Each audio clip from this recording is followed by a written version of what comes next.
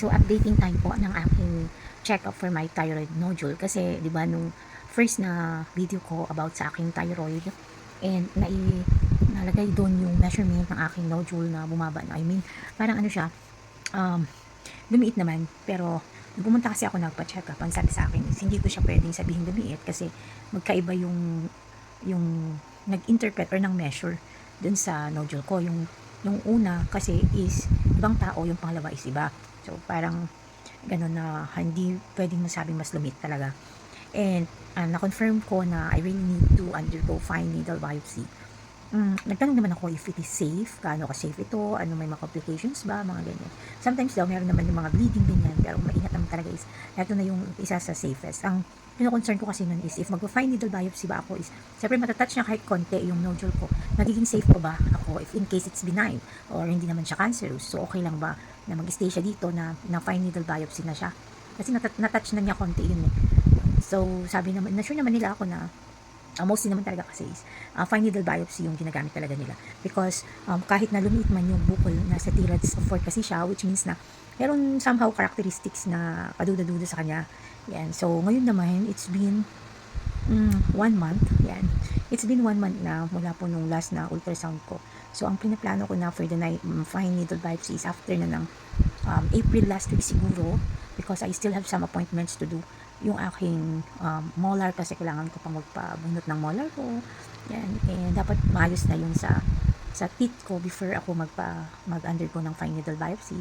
And matapos na rin of course yung pagpunta ko ng Cebu because nakabook na po kami for our PESPA. Ayan. So if ever man na cancerous kasi po ito, is tatanggalin na yung aking thyroid and then mag-maintenance na po ako ganun. But then I'm still praying na hindi siya cancerous para mapanatag naman sa akin. Ang gagawin na lang pag hindi naman cancerous is ano siya, imo-monitor. So parang ang plan ko sana is after 6 months pa sana para another ultrasound, pero in-advise naman na kasi ako na nag-undergo na ako ng fine needle biopsy. So that's an update for me. So i-update ko ulit kayo kung ano yung mga next steps na mangyayari o magiging decision ko talaga. Pumunta ako sa isang public hospital doon sa Batak. Doon kasi ako nagpa-second opinion, and yung na-recommend naman sa akin dito sa lugar namin na gagawa ng fine needle, nandoon din pala siya. Pwede rin pala niyang gawin doon. So, let's see. I am really praying for the Lord na matanggal na yung nodule. Wala naman imposible, di ba? God can still perform miracles naman, ganyan.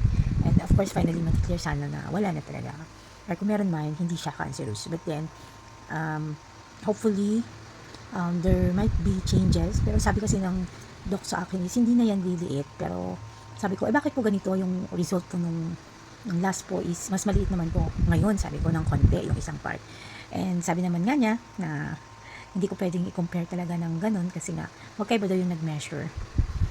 So I'm praying for the best na gagawin ko. So para sa inyo ba, tuloy ko na ba yung fine needle biopsy para malaman ko na siya if cancerous or not?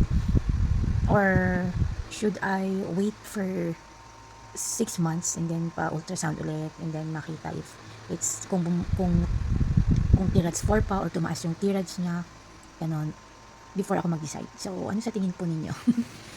I hope you can answer me.